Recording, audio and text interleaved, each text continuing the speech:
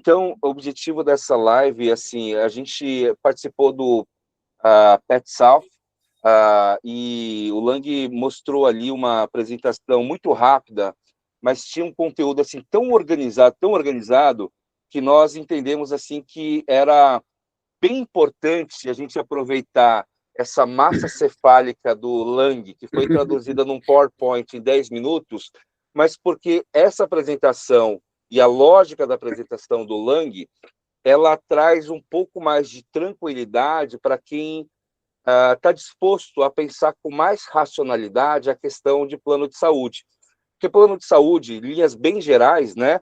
Nós temos plano de saúde meu, que eu posso criar, ou eu posso criar com outro grupo de colegas credenciando clínicas próximas de mim, dos meus amigos, ou eu posso aderir a um plano de saúde já existente, ou eu posso fazer as duas coisas ao mesmo tempo, ou eu posso não fazer absolutamente nada, né? Então, essas são as primeiras variáveis a respeito de plano de saúde. E o Lang trouxe uma luz bem organizada para você tomar a decisão. E para a gente já colocar um pouquinho de fogo no parquinho, né, Lang? A gente trouxe aqui uma matriz de decisões bem rápida, que eu vou apresentar aqui em 5 minutos, e, ao mesmo tempo, o que vale a pena a gente pensar é o seguinte: tem muita gente, né, Lang, preocupado com pet love.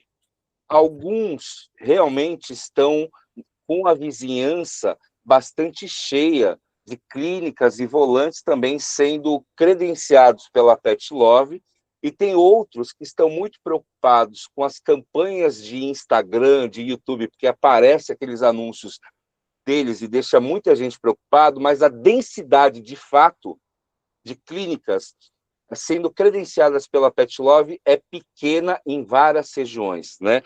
E como a gente sempre diz, né, Lang, que o negócio da Pet Love não é plano de saúde. Plano de saúde é um meio pelo qual leva eles a terem mais assinantes da assinatura mensal de produtos, porque o negócio dele é e-commerce, né? Então, quanto mais plano de saúde ele tem, custa caro para ele manter os repasses desses clientes para o plano de saúde, mas o negócio que ele recompõe a margem dele está no e-commerce. Quanto mais plano de saúde ele tem, mais, teoricamente, ele vende e-commerce, né? E aí, bem rapidamente, assim, né, Lang? Então, o primeiro ponto, né, que plano de saúde, matriz de decisões, né? Dá para enxergar aí, né, Lang? Dá para enxergar, né? Tá bom. Assim, primeiro ponto, né? Produtos preventivos, pronto atendimento, uma combinação dos dois. Esse é um primeiro nível de decisão. Para que ter o plano? Ou para que atender um plano? Para trazer 50% de faturamento, para implementar um pouquinho do que falta no seu faturamento, ou para ter um plano quando o cliente perguntar? Uma coisa de prateleira. Além disso, assim, para que o plano? Para trazer novos clientes, para tentar fidelizar os clientes atuais, ou uma combinação de clientes novos e outros clientes que você já tem no particular para tentar fidelizar eles? Além disso, assim, para concorrer com a Pet Love ou outros planos, né, Plamev, Mais Pet, esses que são, talvez tenham uma densidade em crescente, né, em crescimento, mas assim, para concorrer com eles antes que eu perca os clientes que eu tenho. E, além disso, para ampliar os bundles de cuidados que atualmente hoje eu não consigo fazer nos clientes. Por exemplo, de cada 100 que passam por consulta, 80 fazem os exames de laboratório em outro lugar. Ou 95 dos procedimentos odontológicos que eu atendo a partir de uma consulta, e antes eu tinha mais, estão indo fazer em outro lugar, né? Então, ou seja, além disso, para melhorar o valuation por causa da suposta venda recorrente que o plano condiciona e que a receita com particular não condiciona. Nesse sentido, né, então, assim, variáveis que a gente não consegue mensurar, mas com a apresentação do Lang, vai dar mais luz a essa questão, porque quantos dos clientes gastadores e recorrentes vão migrar para o plano que eu criar, ou para o plano que eu atender? Eu não consigo mensurar. O plano vai atrair clientes bons ou vai atrair oportunistas? O que é melhor? O desconto dentro do plano que eu vou precisar, talvez, oferecer, ou é melhor investir em marketing para atrair novos clientes particulares e talvez trazer os inativos também? Qual que é o melhor CAC? E aí, só para poder fechar, e a gente pode também mostrar no final, com cidades que faltam aqui do pessoal que está participando, que a gente foi atrás, pessoal, de locais físicos que a Pet Love tem em vários lugares do Brasil. Na verdade, a gente puxou a base de dados deles, é uma base pública, está lá no próprio site da Pet Love, é uma informação aberta. E aí nós pegamos um robozinho, puxou todos os endereços e credenciados da Pet Love em 2 momentos, tá? Abril de 2026, vou colocar aqui, abril de 2026, e também olhamos em agosto de 2026, anteontem, para saber assim, algumas regiões está crescendo, está diminuindo, os credenciados com endereço físico, volantes não estão entrando aqui, tá? E aí nós fizemos uma relação com a população, último censo de 2022, atualizado com os dados de 2024, para saber o seguinte: quantas clínicas eu tenho em determinados lugares versus a população que existe naqueles lugares. E a gente identificou os 2 lugares onde a atuação da Pet Love é mais densa, tem mais clínicas em algumas regiões, tá? Primeiro ponto, né? São Paulo, Zona Sul de São Paulo, é o lugar talvez mais denso que existe no Brasil em termos de quantidade de população estimada. Aqui nós temos bairros como Ipiranga, Vila Mariana, 7, 8 bairros. O segundo lugar seria Zona Norte de São Paulo, onde está ali o João Pacheco, né? Então aqui tem Santa Terezinha, tem Jardim Peri, tem todas aqueles bairros, né? Então nós temos ali também na região da Zona Norte uma clínica para cada 8.785 habitantes. O terceiro lugar é Porto Alegre. Porto Alegre, nós temos uma clínica para cada 9.800 habitantes. Todo o restante, nós temos entendendo que está ou crescendo o número de credenciados, mas talvez ele não queira crescer numa velocidade tão grande os credenciados, porque é uma questão colateral, né? Vendo mais plano de saúde, eu preciso de melhorar a assistência naquele bairro, e aí, então, é quase que uma correlação exata entre aonde Pet Love está crescendo. Ele está crescendo em todos os lugares? Provavelmente não. Talvez ele não tenha nem o interesse de crescer em todos os lugares, né? Então, nós temos aqui, por exemplo, o Cláudio, né? Está em Cuiabá. Cuiabá... Cadê Cuiabá? Aqui, Cuiabá.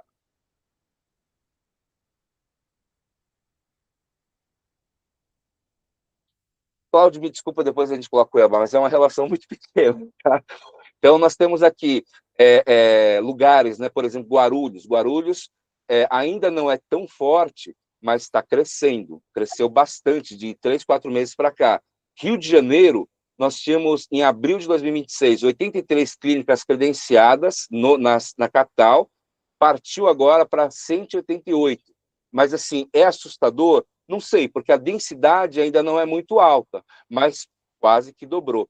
Então, ou seja, né, em alguns lugares a preocupação é legítima, porque tem muita clínica atendendo Pet Love, em outras é muito barulho. Então, muita campanha do Instagram, esse tipo de coisa, justamente nesse sentido que faz sentido a gente pensar de forma mais racional, organizada, se é melhor ter o meu plano, se é melhor atender de outro, se é melhor ter as duas coisas, qual que é o impacto que eu vou ter dentro da minha condução clínica, recepção, entre vários outros pontos. E aí eu já trago aqui o Lang, que tem um conteúdo muito bem estruturado, para que realmente o pessoal possa pensar de forma mais estruturada no plano, e a partir de agora, nos próximos 30 minutos, eu não falo mais nada, Lang. Obrigado aí, obrigado a todos e muito obrigado pelos elogios, você gostou do conteúdo, né? Para mim isso é importante, se você gostou, eu sei que você é um cara bastante crítico, e então já é um avanço aí. Eu queria compartilhar contigo, nada a ver com o que eu tinha planejado para a gente fazer, quer dizer, eu vou fazer o que a gente planejou, mas pela tua abertura aí, eu quero compartilhar uma outra coisa que significa do círculo fechado. Deixa eu ver se eu consigo. Tela inteira. Peraí.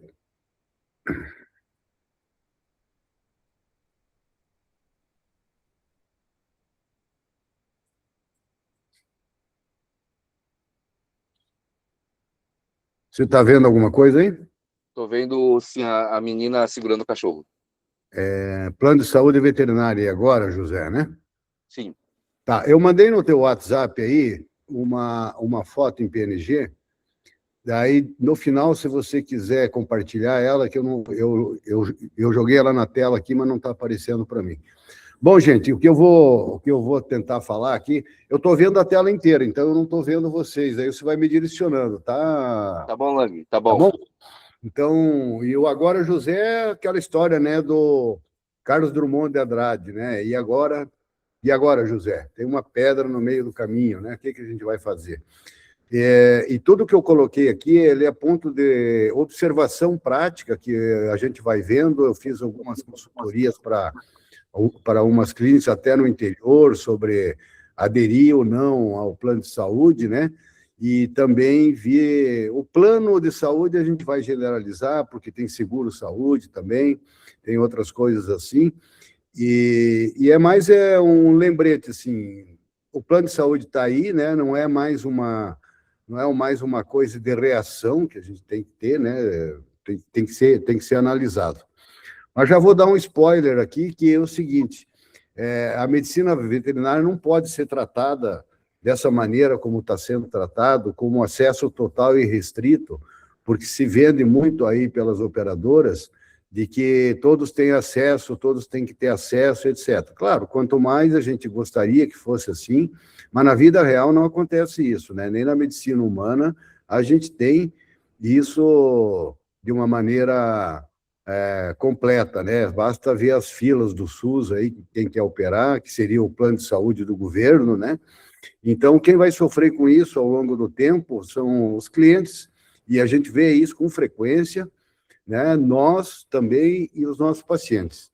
Então, eu exagerei aqui, mas talvez não seja uma impossibilidade. Se for preciso, se atacarem a minha ética, se eu precisar me rifar para isso, eu talvez vá vender cachorro-quente, né, gente? Então, baseado nisso, os pontos... Aliás, vocês podem ficar à vontade para me interromper, tá? Ouvintes aí, para quem estiver assistindo, o Renato também, né? Tudo nasce que nós não temos uma ausência, nós temos uma ausência de regulamentação específica, né? Ao contrário do plano de saúde humano, nós não temos uma legislação que discipline como é que é a relação da operadora com o prestador de serviço, que somos nós, com os responsáveis. A maioria dos casos em que tenha acontecido, a maioria não, todos os casos em que tenha acontecido pendências ou que tenha acontecido atritos, quem está decidindo isso é um juiz federal. Então, já tem algumas jurisprudência, Bahia, parece, Rio de Janeiro, São Paulo, que já houve problemas e recaiu sobre clínicas, né? Então, isso é um importante dado que vai se agravar cada vez mais a judicialização. Então, a insegurança jurídica, por falta dessa regulamentação, ela é clara e ela é notória, né? Então, ela pode ser pequena agora, ninguém está percebendo, mas seguramente vai aumentar, isso não tenha dúvida, né? E um segundo ponto aí, o repasse ele não cobre custo real, né? Basta pegar uma tabela de preços de qualquer operadora aí, os preços são insignificantes, né? Ele não compensa a estrutura de um estabelecimento veterinário sólido. Tanto é que a maior aderência dos planos de saúde, e isso é um achado meu, não é dado estatístico, nada, são as clínicas que têm menos infraestrutura, que não têm um custo operacional maior. São aquelas clínicas que ainda não pagam os impostos adequadamente, que tem 3 ou 4 veterinários, que tem 2 veterinários, e que ele não fez as contas, né? Porque se você pegar aqui no repasse sobre o custo real, o que acontece? Você tem uma clínica lá com 10 anos de idade, você investiu nessa clínica durante 10 anos de idade, aliás, durante 10 anos, e tudo isso teve um custo. Você fez esse custo para que, ao longo do tempo, isso fosse isso fosse diluído e você começasse a adquirir lucro, né? Ninguém compra um ultrassom hoje para pagar ele amanhã. Você vai pagar ele em 3 ou 4 anos, conforme a tua frequência. E assim vale para todos os equipamentos. Uma caixa cirúrgica, você não vai comprar ela hoje, investir 2, 3 mil reais numa caixa cirúrgica e vai achar que amanhã, na primeira cirurgia, vai pagar. Não é bem assim. Então, frequentemente, a clínica está financiando a operadora com o seu próprio investimento. Não vamos nem contar aí o investimento cultural, né? Aquilo que você estudou para ter o conhecimento de prestar o serviço. Porque o plano de saúde, ele pode ou não levar a uma prestação de serviço, né? Nós temos que tratar ele como um produto. Ele é um produto vendido na sociedade que a sociedade compra com a falsa sensação de proteção. Porque muitos responsáveis, eles fazem o plano de saúde, sabe para quê, gente? Para que no final de semana, no churrasquinho, eles falem com os outros, meu cachorro tem plano de saúde, que legal, eu sou bom, né, não sei o quê. Ele tem essa sensação, ele não leu as letras miúdas e ele não sabe o que está acontecendo.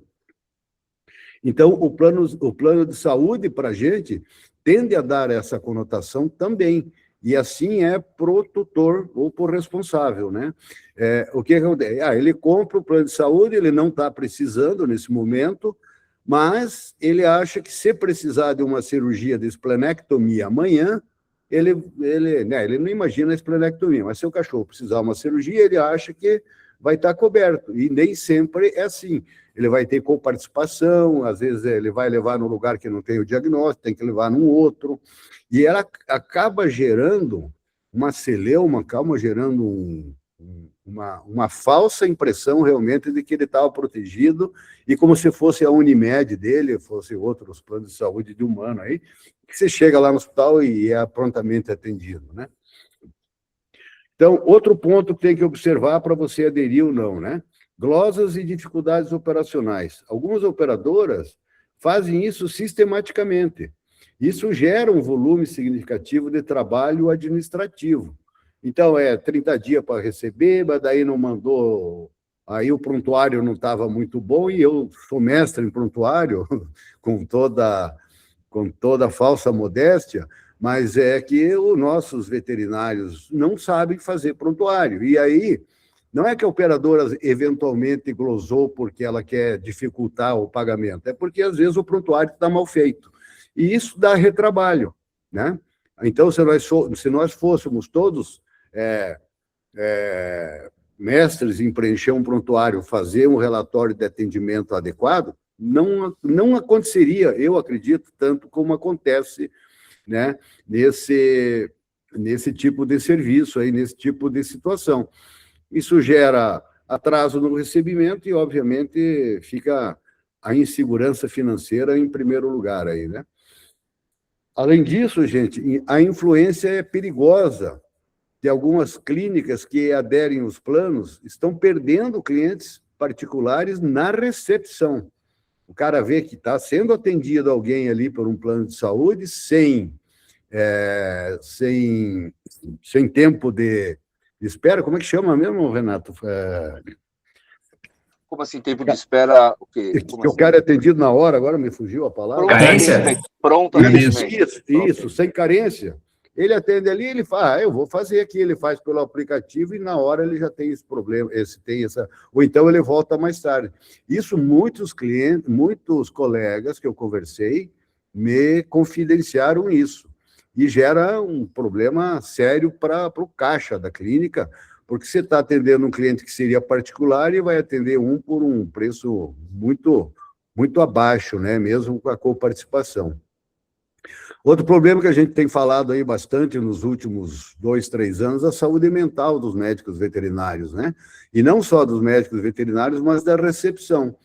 O atendimento, ele gera uma quantidade de conflitos ali, tem que esperar liberar, não liberou, eu paguei, eu não paguei, mas isso eu tinha acordado que era, que não era, eu achava que tinha.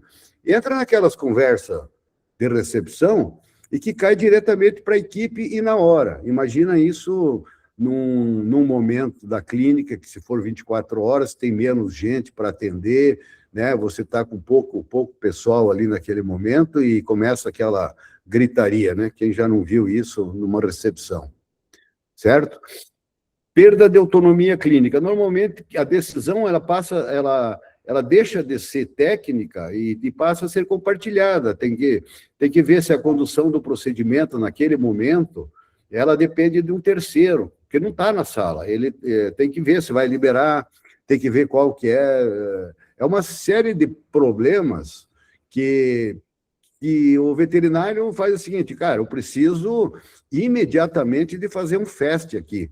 Esse FAST aqui, ele não está no plano, ele não está coberto. Então tá, mas eu não vou pagar porque o plano diz que eu tinha tudo, que eu entendi que o plano era tudo. E vai ser essa conversa, o cliente vai dizer, eu entendi que eu tinha tudo. E aí você vai esperar ou não vai esperar fazer esse FAST e, eventualmente, 30 minutos de espera pode ser o tempo entre o óbito e a salvação desse paciente, né? O item 6 aí para gente observar, a diluição da marca da clínica, né? Quando o cliente acessa o serviço via plano, ele passa a associar o atendimento à marca da operadora. Então, se der tudo certo, nossa, essa operadora aqui é maravilhosa, né? Fui bem atendido, está tudo certo e não tem problema. Só que a fidelidade da marca passa a ser do plano e não da clínica, não do veterinário. Isso é um fato, não tenha dúvida disso. Eu coloquei aqui embaixo versus vezes 13, porque eu quero chamar a atenção desse 6º item, junto com o 13º item, que é que se der tudo certo, é culpa da operadora. Se der tudo errado, é culpa da clínica. Isso é fatal, né? E aí, nessa época de rede social, o cara vai lá na rede social e detona quem? Você, né? A clínica. Custo de oportunidade. Isso que, principalmente para clínicas menores, tenha lá 5, 6 leitos de internação, se você ocupá-los por 5, 6 do plano de saúde e chegar a um 7º, que é particular, aonde que você vai botar esse paciente, né? Então, isso é um exemplo bem genérico, né? Mas se você tiver 2 consultórios e você tem 2, 3 horários, você dedicou, que é isso, muita gente está fazendo e está se dando mal. Eu tenho alguns horários vagos nas terças e quintas de tarde, mas terças e quintas de tarde não é melhor você captar um cliente particular ou dedicar esse horário para cliente de plano de saúde? Então, tem que ver se cada hora da equipe está gerando o melhor retorno para a clínica, né? Então, aquilo que o Renato falou no começo, né? Como é que eu faço para botar mais clientes ali? Aquelas indagações que ele fez. Eu invisto em marketing, eu me alio com as clínicas do lado e fazemos um plano de saúde, eu faço o meu plano de saúde. O que eu faço para melhorar o tempo da minha equipe que está gerando o melhor retorno para a clínica? Essas são as perguntas, né? Assimetria informacional estrutural. Isso é uma coisa muito louca, né? Porque a operadora sabe tudo sobre a clínica que está conveniada, principalmente quem aí, se a gente pegar a Pet Love e Simples Vet, imagine, são 8 mil, 10 mil clínicas, não sei quantos que tem o Simples Vet, e eles têm os dados regionalizados de sinistralidade, de qual o padrão de atendimento, de qual horário, e até as margens de lucratividade, porque a operadora sabe quanto custa o serviço, né? E a operadora sabe quanto paga e todos os demais dados, né? E, de outro lado, o estabelecimento veterinário, a clínica, não tem acesso a esses dados comparáveis. Isso para mim, assim, isso por si só é uma desvantagem, sabe, gigante, porque numa era que a informação vale ouro, a gente está entregando todos os dados para alguém que a gente depois pode dizer, eu não quero mais você. E daí a gente entra nos contratos unilaterais e nas cláusulas adversariais. Os contratos são redigidos pelo jurídico, ele pega lá o contrato, está aqui, a nossa tabela está aqui. Tipicamente, não tem lá alteração, é uma alteração unilateral de tabela de preço, cláusula de exclusividade, carência para rescisão, né? Então, raras as clínicas conseguem negociar uma ou outra, e eles normalmente cedem para 2 ou 3 itens. Ah, tá, tudo bem. Mas no bojo, ele já sabe que aquele item não significa nada. Ele põe um pareto nessa tabela e te paga mais para aqueles itens que você contrapôs, mas ele fala que aquilo lá está dentro do pareto, aquilo não vai significar nada, por conta da assimetria informacional. Só ele tem esse dado, não é verdade? O que eu ia falar aqui? As cláusulas de exclusividade e carência para rescisão. É isso aí, eu já tinha comentado. A partir de 30% ou 40%, eu imagino isso, aí o Renato pode até falar com mais propriedade, isso é um ponto de observação meu, eu não sei se tem esses dados aí, Renato, mas a partir de 30% de uma dependência de faturamento do plano, não tem mais volta. A clínica fica dependente, ela perde a capacidade de sair e a operadora sabe disso. E aí, sendo dependente, é certo. Oi, Renato, você ia falar? Na verdade, é mais ou menos 30%, você provavelmente vai ter que aumentar um pouquinho do seu custo fixo para poder atender essa demanda, então é isso mesmo, Lang. É isso aí, que é o que os economistas chamam de lock-in, eu não entendo muito bem isso, mas o que eu sei é o seguinte, cara, se baixar 30% o meu faturamento, vamos dizer que não baixa 30%, porque eu ainda ganho alguma coisa com o plano, mas quando baixa, por exemplo, se der uma queda de 5%, se eu não tiver um fluxo de caixa adequado, eu já começo a entrar numa dependência financeira de banco, entendeu? Então, você tem que ter um fluxo de caixa adequado para que, nos momentos sazonais e que a gente tem, a gente consiga sobreviver e até fazer algum investimento. Mas se isso depender não só da sazonalidade, mas depender do plano de saúde, para mim é um risco muito grande. Lang, só uma observação, a última vez que eu vi uns dados da ANAP, dos hospitais humanos, o plano de saúde ele está pagando os hospitais com mais ou menos 78 dias após a aprovação, considerando que de imediato ele entra em glosa, o processo de glosa, mais ou menos 27%. Então, beleza, passou a glosa, mais 78 dias. Atendeu, não tem glosa, 78 dias. Então, esse é o fluxo de caixa no hospital humano, tá? Uhum. Eu acredito que no hospital veterinário deva estar em torno de 45 dias, incluindo a glosa, sabe? Pelo que eu conversei com alguns colegas que fazem plano de saúde. Só para esclarecer, eu não faço plano de saúde, eu tenho o meu próprio lá, então não tenho também uma experiência direta e diária com isso. E aqui também vem algumas coisas assim que são mais de ética, né? O impacto na percepção de valor, né? Se você aceita a receber do plano lá 40% menos do valor de tabela, você está sinalizando para o mercado, e o mercado vai saber disso, que seu preço real é inferior ao que cobra do particular, né? Aí depois a gente vai falar com o sobretratamento, né? Que assim, eu não vou dar spoiler, deixa para depois, né? Os custos são os mesmos? Essa que é a pergunta. Se o custo é o mesmo, por que eu pago, por que eu estou vendendo um serviço por 40% a menos? Então, eu estou cobrando caro. Então, isso precisa ficar claro, porque o mercado vai acabar sabendo disso aqui, e a tua credibilidade vai ficar comprometida. Ou a credibilidade da medicina veterinária, que é pior ainda, né? Que quando uma clínica começa a dar uma credibilidade ruim, isso se perpetua no bairro, depois no bairro seguinte, depois numa determinada região, na cidade, e vai se perpetuando, né? E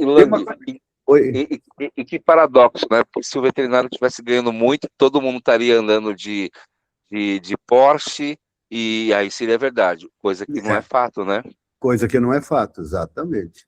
Aí no 12º, aí que eu botei, que quase ninguém fala, Renato, é um custo tributário invisível, né? De acordo com o regime de tributação que a clínica está, o hospital, Simples Nacional, lucro presumido, lucro real, a retenção de ISS e as obrigações acessórias podem variar. né? E esse custo não aparece na nota fiscal. Então, isso tem que ser levado em conta também, né? Porque além daquele 30%, 40%, 50% a menos que você está fazendo o serviço, você ainda tem o custo fiscal disso aí, que não está embutido lá no contrato, né? Isso é uma situação.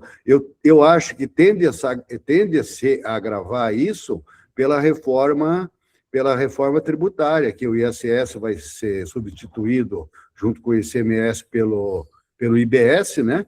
É o IBS, né? Então, se você não emitir nota fiscal, se você já vai pagar na hora aquilo que você comprou, o imposto já vai para o governo, que é o split payment, e aí você ainda tem a glosa para receber, e tem uma série de coisas, é uma coisa para se pensar. E o risco reputacional, lembra que eu falei daquele lá que eu queria que se relacionasse com o 13º? É esse aqui, ó, problemas com a operadora, né? Então, demora em reembolso e tal, ou então a operadora começa a ter um problema aí no Brasil inteiro, qualquer uma delas, por prática comercial questionável, uma decisão do Supremo Tribunal contra uma operadora, acaba contaminando a reputação da clínica, né? Então, para lembrar assim, né, para ficar bem claro, o cliente vai lembrar onde foi atendido se der errado, e não quem administrou o contrato. Se der tudo certo, ele vai lembrar da operadora. Se der tudo errado, ele vai lembrar do estabelecimento veterinário. Essa é uma percepção que eu tenho, vejo aí nas queixas de rede social, etc., esse tipo de situação.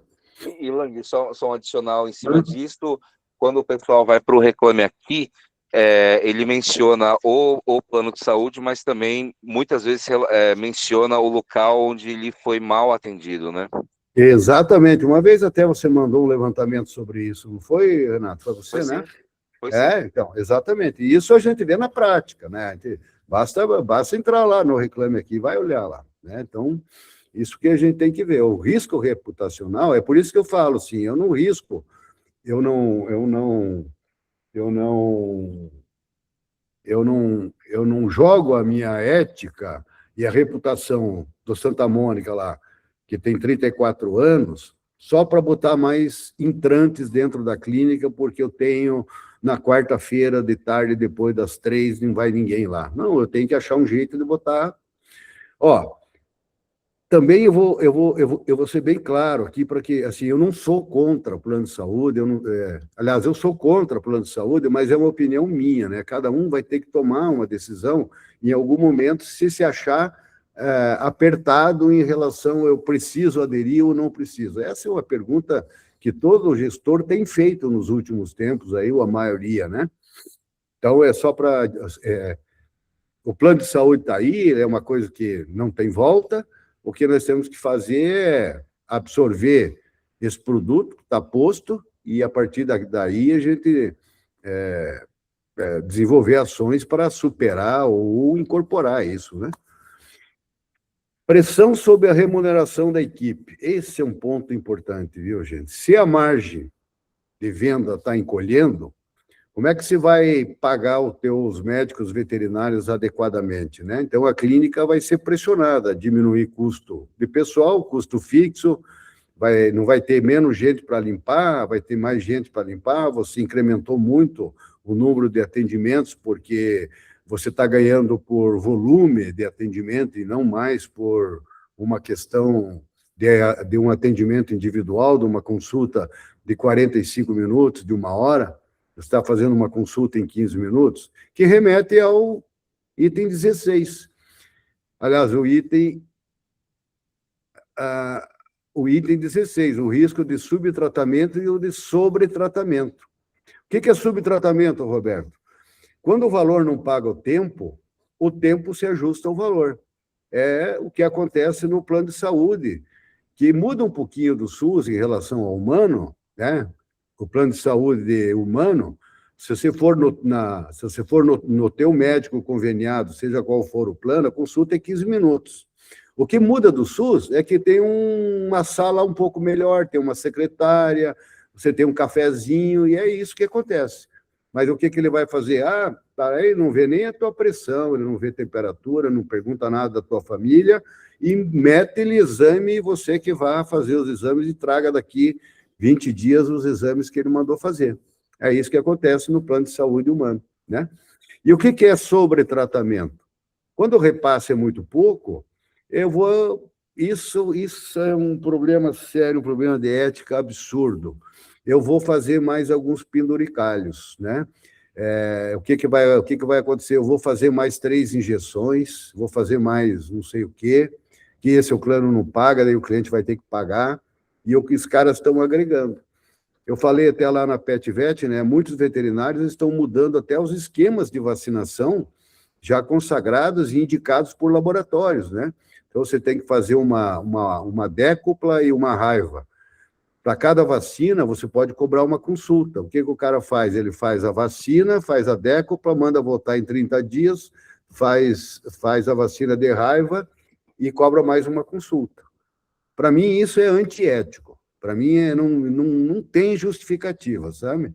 Então, aí cada um pensa como quiser, né? Mas, Lang, só uma observação, né?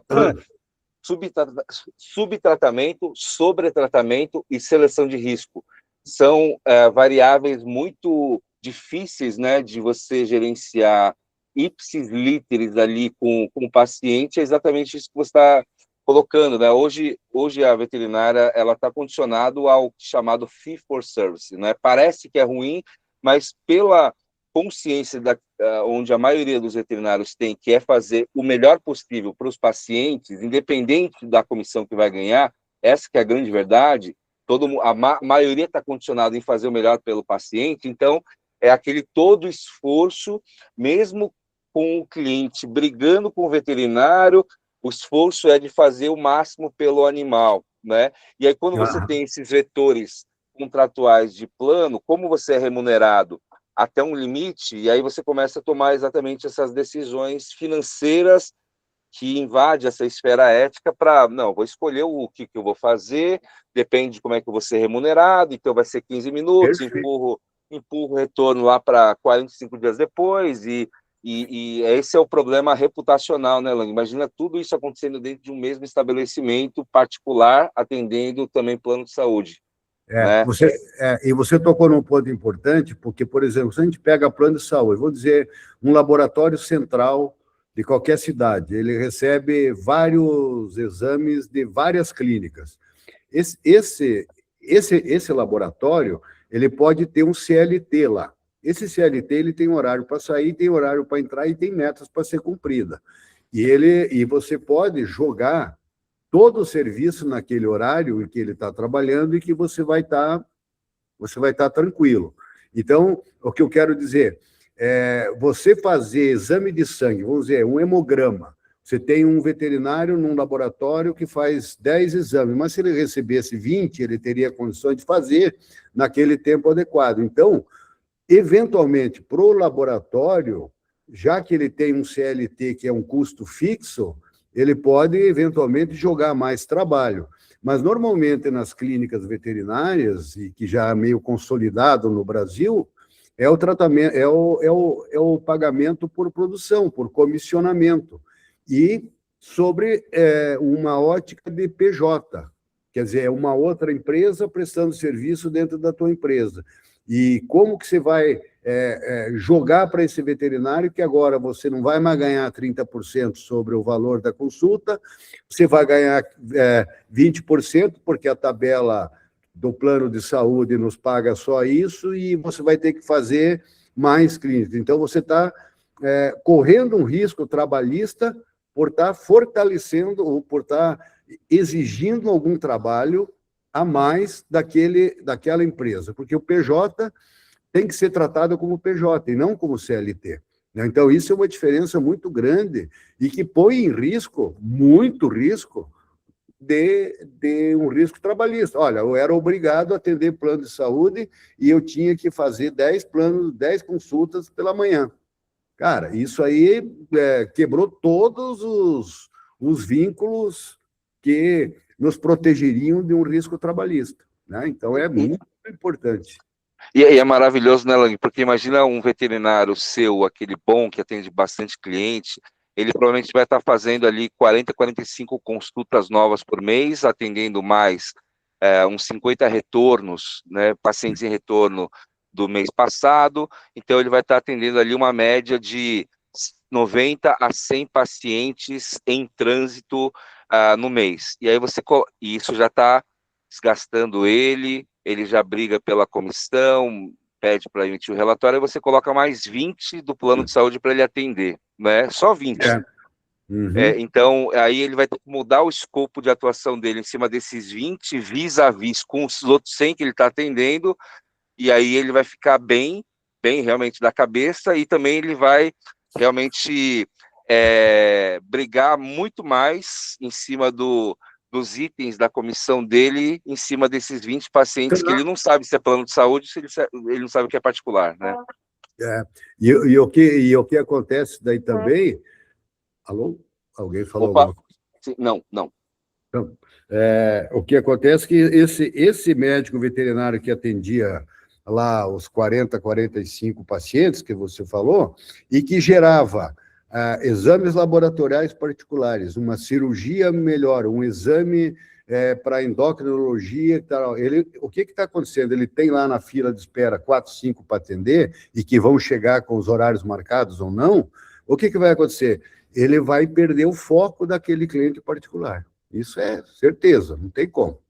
Porque o tempo ele é delimitado, né? Então, você tem que fazer X tratamento num determinado tempo, alguém vai sofrer nesse meio do caminho. Não sei se é o cara que é o paciente do plano de saúde ou é o particular, mas alguém vai sofrer. Aí o número 15, que eu não tinha, que eu passei em branco aqui, que eu pulei para o 16 imediatamente, é o efeito sistêmico da pressão de preços, né? Embora nós não tenhamos uma tabela de preço, nós não temos um piso de referência, o que acontece? À medida que as clínicas abrem elas aderem a planos, os preços do mercado são puxados para baixo, né? Não há como, porque se a clínica do lado abre e está atendendo muito, eu vou perder alguns clientes, eu vou falar, vou ter que baixar meu preço. Aí é do outro lado, lá na frente da rua também percebe isso, baixa o preço. Então, ao longo do tempo, isso não é uma coisa que a gente percebe, mas uma coisa que tem que ser estratégico, ser pensado, né? Então, esse efeito sistêmico de depressão de preços, ele vai acontecer em algum momento, vamos dizer que se alastre muitas clínicas credenciadas, né? Então, esse é um problema também muito importante. E aí eu queria fazer esse resumão aqui para vocês, que é um ciclo nada virtuoso, né? Ele se retroalimenta, né? Existe uma pressão financeira da clínica, porque ela fala, eu preciso botar em trânsito, porque o meu custo fixo está alto, preciso diluir de alguma maneira. A clínica adere, né?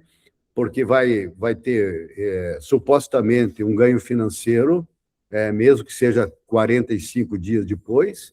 Nisso ele vai perder o controle, porque tem as glosas, principalmente se é uma clínica que não tem estruturado um administrativo muito bom, que não tenha, que são lá, é só o veterinário que faz a gestão, tem mais 2, 3 clínicos ali, e ele acaba entrando naquela dependência que eu falei, a sobrecarga da equipe, sobrecarga da recepção, e daí ele percebe que já está com 30% de clientes do plano de saúde, e daí ele não sai mais disso aqui e vai ficando pobre, porque ele não tem condições de investir, não tem condição de pagar um profissional melhor, porque plano de saúde, se você depender, mesmo que você atenda 50% dos seus clientes com plano de saúde, receba exatamente no dia certinho, ele não te dá, pela tabela que eles pagam, por um serviço você fazendo um serviço ético, usando equipamentos bons, usando o fio adequado, anestésico adequado,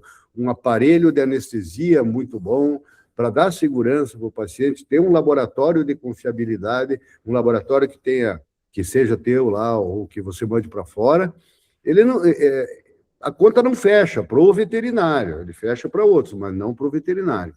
Então, ele se retroalimenta, né? E você não consegue mais tomar uma decisão. E a armadilha está posta. Essa é a minha opinião, né? E quase fechando aqui já, Renato, eu já tô esgotando o tempo, né? Alô, Renato? Vai que vai, Lang, vai que vai. Então, gente, a decisão ela é estratégica. Não adianta a gente chorar reativo, plano de saúde, ser reativo a isso, né? Se você está pensando, se você quer, se você não sabe, decida com dados, né? Não por pressão de mercado. Ah, não estou tendo clientes aqui. Volta naquela fala que teve o Renato lá. O que eu faço para botar mais cliente? É marketing? Eu vou ligar para um?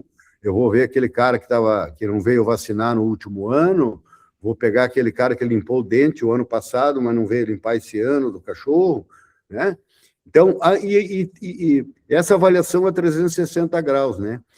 Veja o impacto financeiro que vai dar, calcule isso, quantos clientes você poderia atender sem impactar financeiramente a tua clínica, do ponto de vista operacional, quer dizer, eu tenho estrutura para isso, eu tenho consultório suficiente, eu tenho leitos, e etc., e ético e reputacional, que eu prezo muito, sabe? Eu gosto muito assim, não é que esses dois antes aqui não sejam importantes, mas o ético e reputacional e de equipe, principalmente, né? Aqueles piti que acontecem na recepção, né? Isso não é uma coisa boa.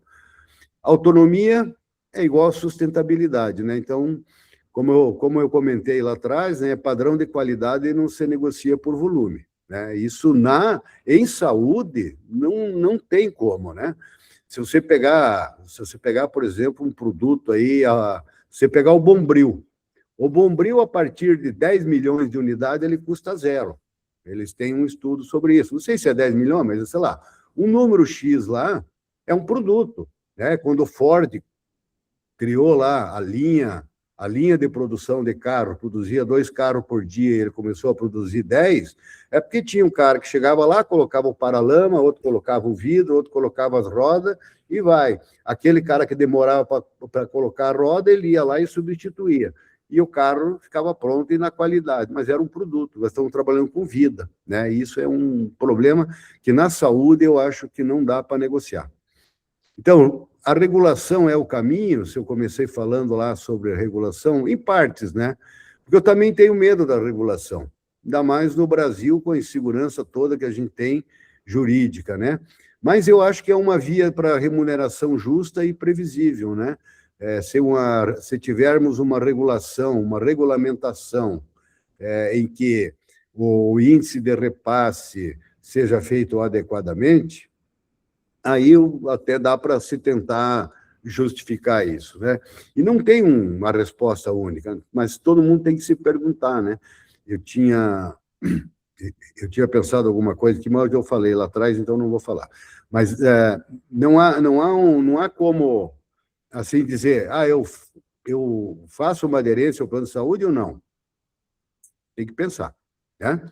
Aí tem soluções e estratégias alternativas, né? Como o Renato sabe, né, Renato, que do limão a gente pode fazer uma limonada, mas eu sempre digo assim, ainda tem que fazer uma caipirinha. Eu prefiro uma caipirinha do que uma limonada, né?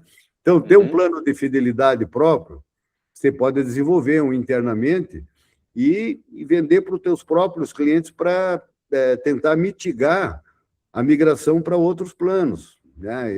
Então, se você fizer isso, ele pode ser uma venda, se alguém perguntar do plano, você pode ter um comercial, eu acho muito legal isso, eu ainda não tenho, mas uma pessoa de comércio mesmo, um vendedor, na recepção da tua clínica para fazer o teu plano de fidelidade, para vender o teu plano de fidelidade. Desculpa aí, gente. E outra coisa, você tem que talvez nichar o mercado, né? Atendimento de referência, porque tem que se perguntar, né? Será que o cliente de plano de saúde me interessa? Será que eu baixando um pouquinho a minha qualidade eu consigo atender o plano de saúde adequadamente como eu devo fazer? Ou será que eu faço uma qualidade ótima e eu atendo só o público? Lembra que eu conversei para só o público-alvo meu? Qual que é o meu público-alvo? Qual que é o meu público da região? Então, isso também tem que ser pensado, né? Veja que não existe resposta pronta, né? os planos de reembolso. O cliente paga o preço praticado e busca o reembolso na operadora. É diferente do plano de saúde, que é uma cadeia credenciada, né? Uma rede credenciada.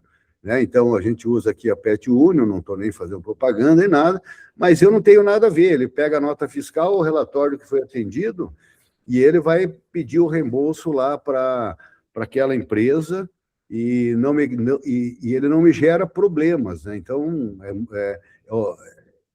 é muito mais tranquilo. Né? E, para finalizar, por que a gente não tem um plano de saúde nosso mesmo, né? Plano de saúde feito de veterinário para veterinário. Daí, voltando naquela conversa inicial lá, nós fundamos a CopVet, que é uma cooperativa de médicos veterinários e paramédicos veterinários. E um dos planos de ação que a gente tem é fazer fazer um plano de saúde da cooperativa. Né? Só que esse plano vai ser criado por veterinários e feito para veterinários de acordo com aquilo que os cooperados assim entenderem como bom. E outra coisa, ele vai ser regionalizado. Então, os valores de uma determinada região e serviços de outra região, eles podem ser customizados, né? Então, fica melhor. É só para dar um recadinho, indico para vocês entrarem aí, dá um Google aí, faça CopVet e se informe um pouquinho mais. É como quando a BHV surgiu, né? Então, surgiu de uma ideia de um conjunto de empresários, e agora, novamente, esse mesmo grupo de empresário, com mais outras pessoas, estamos fundando a CopVet. Sugiro porque vocês conheçam e se cooperem, né? Porque o sistema cooperativista brasileiro é um sistema muito, muito, muito legal. Né? À medida que você trabalha com a cooperativa, de acordo com o fluxo, você pode comprar equipamentos, né, via Unicred, que também é um banco cooperativista, com taxas menores, etc. E à medida que você vai comprando, por exemplo, insumos via cooperativa, você vai ter preços diferenciados, você vai ter uma carga tributária menor, né, porque a cooperativa foi o único dos setores, ou talvez um dos únicos, que não entrou na reforma tributária. E o imposto é de 8%, né? Diferente do que vai ser aí com a reforma tributária. Importante, informe-se sobre a CopVet, por favor, porque ela é feita por veterinários. Então, todos esses novos negócios que a gente vai fazer dentro da cooperativa terão votação e sugestão dos cooperados, né? Beleza? Eu acho que eu encerrei por aqui, fico à disposição de vocês, agradeço, Renato, sinceramente, aí por ter me ouvido e achado que o conteúdo pode agregar, fico aberto às perguntas aí, conforme vocês acharem necessário. Obrigado. Diego, obrigado, Lang, parabéns, Lang. Diego, quer fazer alguma pergunta? Sim, Renato. Boa noite a todos. Boa noite, Lang. Boa noite. Parabenizo aí pela iniciativa do Plano de Saúde da cooperativa. Acho que vem muito a calhar nesse momento que o mercado atravessa, em função da Pet Love, mas, enfim, de todo o contexto que a gente já conhece. E eu vou finalizar com a pergunta, mas, nossa, eu teria tantas considerações para fazer, mas não vou tomar o tempo de todo mundo aqui, né? Mas, para quem não sabe, além de advogar para hospitais e clínicas, eu também advogo para plano de saúde, mas não veterinário, humano. Então, eu conheço bem os dois meios, inclusive cooperativas, né, que são as uniodontos. E então, esse passo de construir uma cooperativa, de um plano de saúde através de uma cooperativa, ele é muito interessante, ele tem muito ganho a trazer. E a pergunta que eu vou fazer, enfim, é alinhada a isso, porque o que eu vejo, né, na odontologia, por exemplo, você, assim como tu falaste ali, o veterinário vai ser o cooperado. No primeiro momento, não se consegue ter a clínica, o hospital como cooperado, né, até em função de questões legais. Mas aí é importante, né, Lang, a gente pode diferenciar a figura do cooperado do credenciado.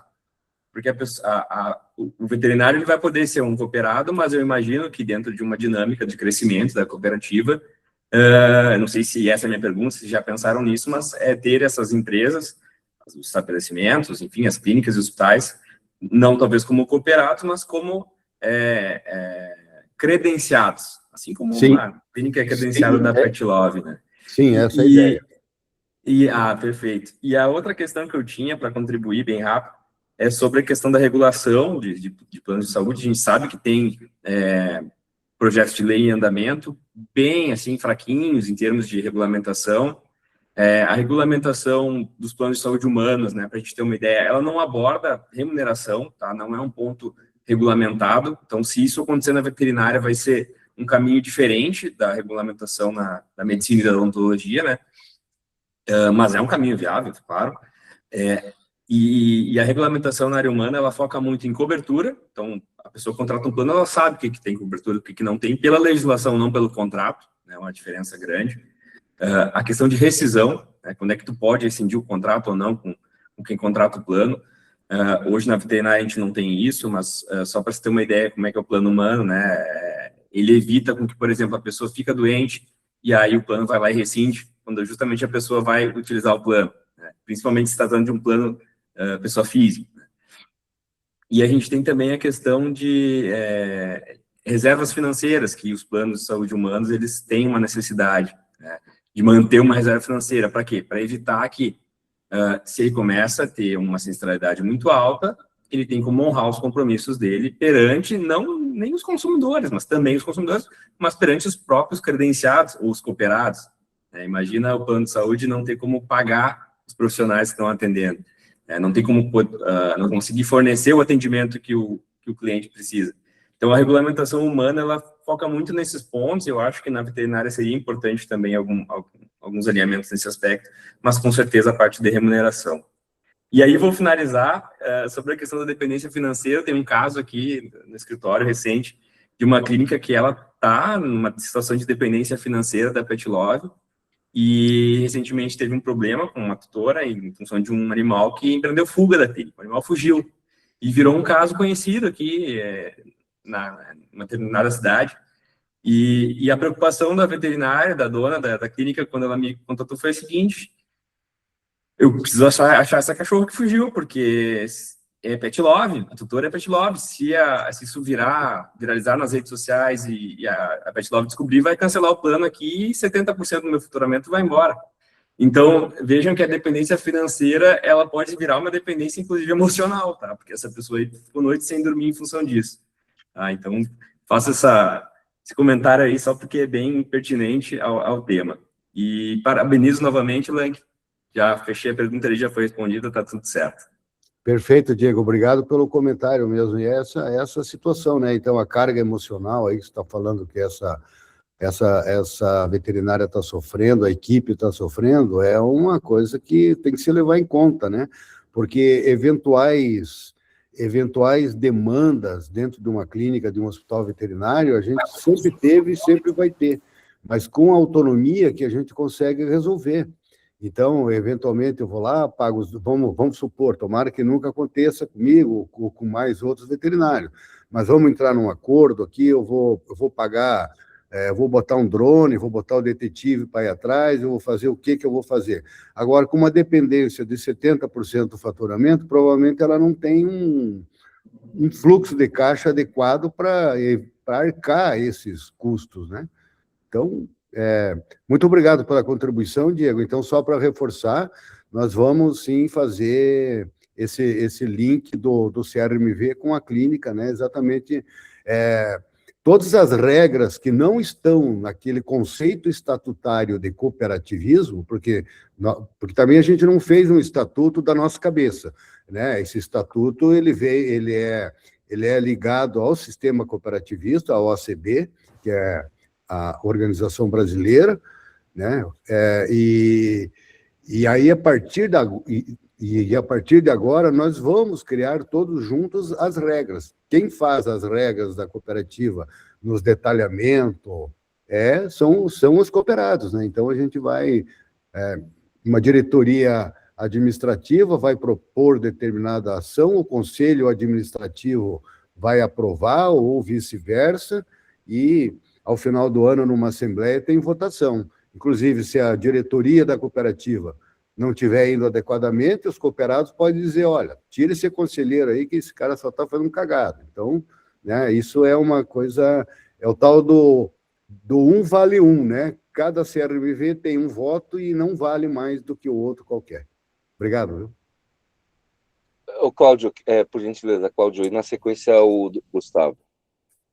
Boa noite, parabéns pela iniciativa, como sempre, vamos ser bem rápidos. Lang, eu quero seu parecer com a seguinte a pergunta do plano de saúde que você tem. Quando que você começou? Quantas vidas você tem hoje? E, assim, o que isso impactou no faturamento da tua clínica e se você acha viável a gente montar um plano próprio ou não. Eu sei que o Gustavo tem o dele, a gente já trocou ideia, e eu ainda continuo na encruzilhada, não sei para que lado que eu vou. Então... Bom, Cláudio, a história do plano de saúde lá do Santa Mônica, a gente, há 2 anos atrás, ou 2 anos e meio atrás, a gente fez o plano de saúde, e aí a gente cometeu um erro não, na verdade, na oportunidade, nós não demos a importância para ele no fator de venda de balcão. E aí, esse plano de saúde, ele acabou não girando, e eu descontinuei ele. Há 1 ano e pouco atrás, eu reativei, fiz ele totalmente novo, né, de uma outra forma, joguei aquela ideia fora, dei uma limpada na caixinha, e eu resolvi fazer, até pedir algumas sugestões para o Gustavo, na época, que já tinha o plano dele. Então, nesse 1 ano e pouco, nós estamos com 130 vidas, ele me dá uma recorrência de pagamento já com previsibilidade, né? Então, isso que é importante. E o mais importante, aqueles que já venceram há 1 ano estão renovando. Agora, acabamos de fazer um levantamento que a maioria não, agora eu não me lembro dos números, Cláudio, eu posso até te passar depois, mas, assim, muitos não usaram dos serviços, porque eu foquei muito no serviço preventivo, né?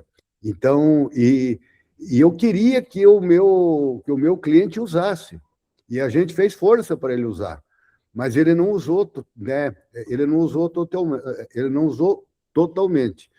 A minha ideia agora, na sequência, que eu vou terminar esse estudo, eu ainda não terminei, porque agora tem 1 ano e pouquinho, eu quero ver quanto eu recebi e quanto eu gastei, porque eu quero fazer uma ideia de um projeto piloto, e aí já vocês podem também já ir pensando nisso, e eu vou começar com 10 clientes, vou oferecer para 10 clientes um plano de saúde ou um plano de fidelidade, que o contrato vai ter 1 página. Eu pago tudo para o cachorro que ele precisar de medicina veterinária na cidade de Curitiba. Não tem nada, entendeu? Ele é 100%, tudo que ele precisar. Se ele precisar de uma ressonância, o plano cobre, se ele precisar de cirurgia, o plano cobre, e eu vou fazer um projeto piloto para ver, mas, lógico, vai ter um custo mais alto e eu vou vender para um público muito específico, né? Então, eu não sei se serão 5, serão 10. Eu quero acompanhar durante 1 ano, porque aí é que entra naquele item que eu coloquei lá de nichar o mercado, e eu preciso de um mercado mais qualificado para mim, e não realmente o do plano de saúde de R$19,90. Esse não me interessa. Última pergunta rápida que gerou agora. Você, com esses 130 vidas, você chegou a um ponto de equilíbrio? Você conseguiu esse dado de ponto de equilíbrio? Do plano de saúde, sim. Do plano de saúde, sim. Só ele, né?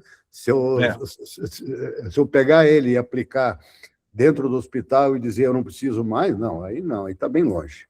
Não, mas você conseguiu saber o ponto de equilíbrio, o que foi usado desses 130 e o que entrou, se teve um ponto de equilíbrio, você chegou com 130 vidas no ponto de equilíbrio do plano ou não? Não, antes ainda, eu só não sei exatamente quando que foi, mas eu estou levantando esses dados ainda. Obrigado. De nada. Gustavo, por gentileza. Boa noite. Mestre Boa noite, Lang. Gustavo. Tudo bem, cara? Beleza? Então, joia. Seguinte, queria só complementar o que o Diego colocou ali, né, que é um ponto importante da cooperativa, que exatamente como você descreveu, né, Diego? No primeiro momento, são os veterinários, né, os CRMVs que vão se cooperar, as pessoas físicas, né, eles que são a cooperativa, vão criar a cooperativa. Num segundo momento, vem o credenciamento, o cadastramento dos CNPJs, das empresas, né?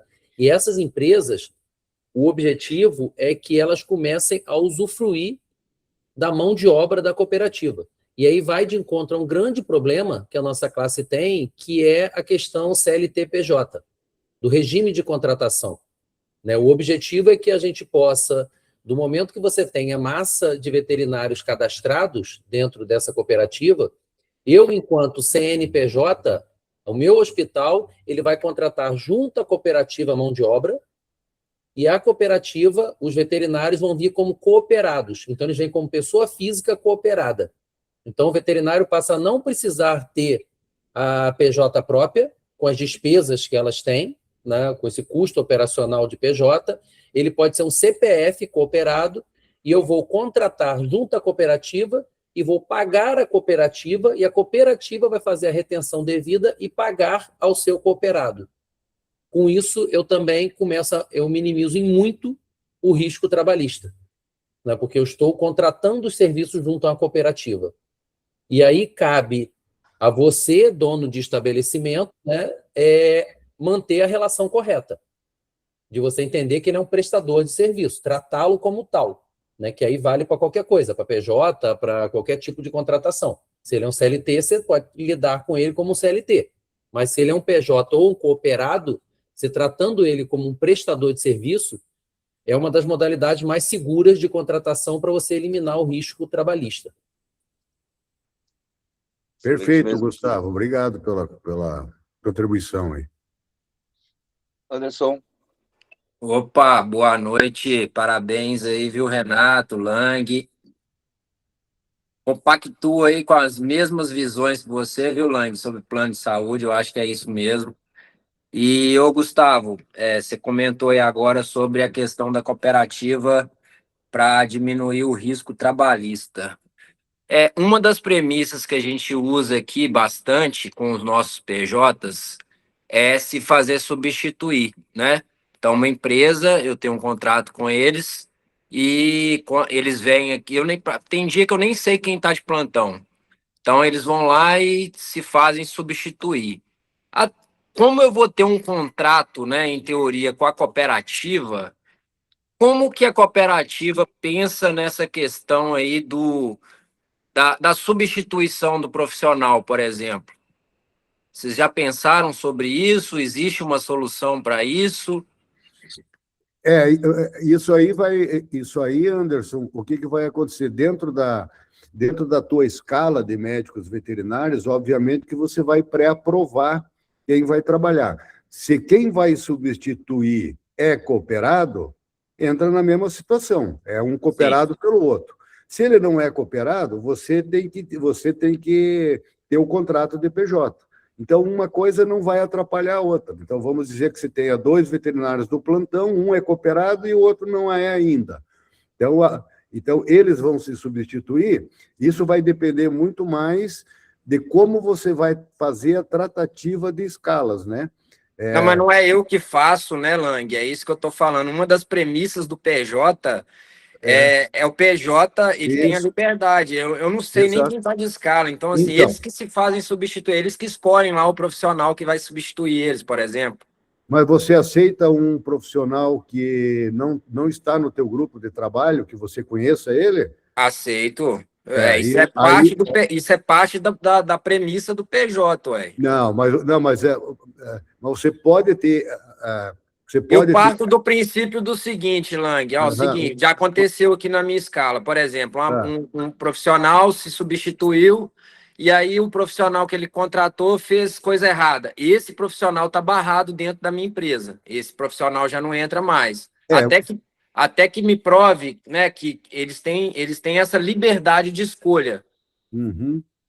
O que você pode trabalhar dentro da premissa de PJ e sem fugir dela, Anderson, é que você, como contratador, isso é uma prerrogativa, como tomador de serviço, é uma prerrogativa tua saber quem trabalha dentro do... Isso não linka com CLT. Não. Então, por exemplo, eu tenho um grupo de imagens lá, então hoje não é meu plantão, é plantão do outro. Eles se conversam e eles se substituem. Mas uma das coisas que eu não abro mão é de saber quem substituirá quem, porque não vai vir o Zezinho recém-formado só porque ele é amigo do outro lá, vem prestar serviço aqui. Eu preciso saber. Então, assim, o fato de você de você conhecer o veterinário que vai substituir, ou exigir que ele conheça, porque você tem que ter um contrato, inclusive, com ele, né? Porque senão... A gente tem um termo de substituição, né? Que é a empresa prestadora de serviço faz com quem ela vai se substituir. Então, é um termo de responsabilidade. Posso fazer uma observação aqui, Lang, o Anderson? Eu fiz uma conta aqui. Eu acho que, Gustavo, a ideia é levar a cooperativa ontem para Itabira. Vou explicar uma conta rápida aqui, tá? Se cada veterinário cooperado ele me custa 8%, certo?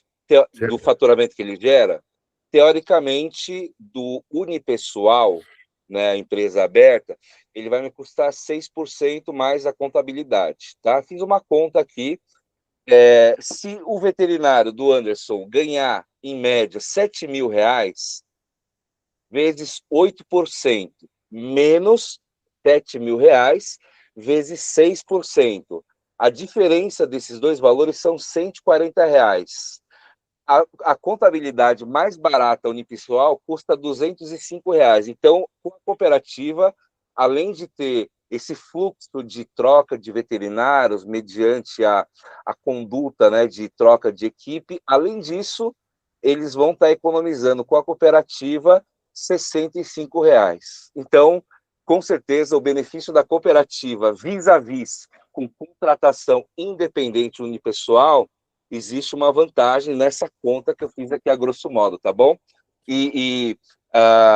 Beleza? Faz sentido, né? Beleza, então, claro. tem uma continha aqui da calculadora. Então, tem uma vantagem, inclusive financeira, inclusive também de blindagem jurídica junto com a cooperativa, o que é uma grande vantagem para quem realmente formalizar um contrato, né, de prestação de serviço com a cooperativa e tendo ali os veterinários, talvez, cooperados dentro da Coopivete. E ainda lembrando, né, Renato, que fora essa economia, o veterinário cooperado ele tem participação nas sobras da cooperativa, né? Então, ele vai receber um cashback ainda no ano seguinte à terminação do ano letivo.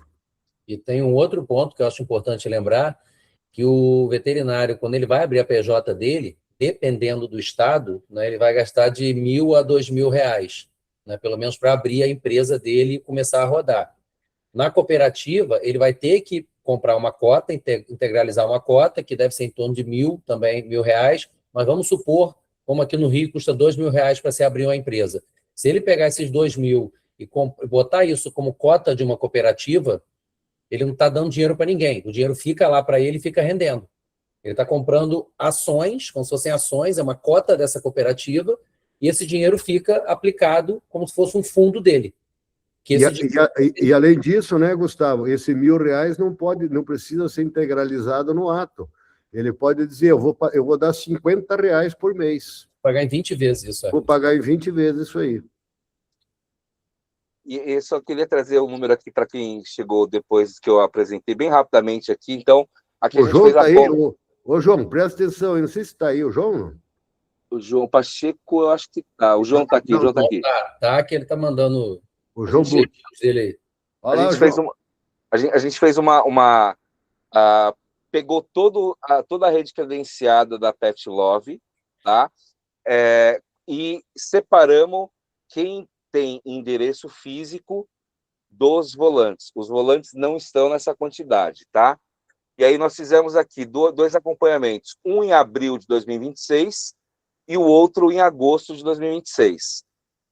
E relacionamos isso com a população desses lugares selecionados.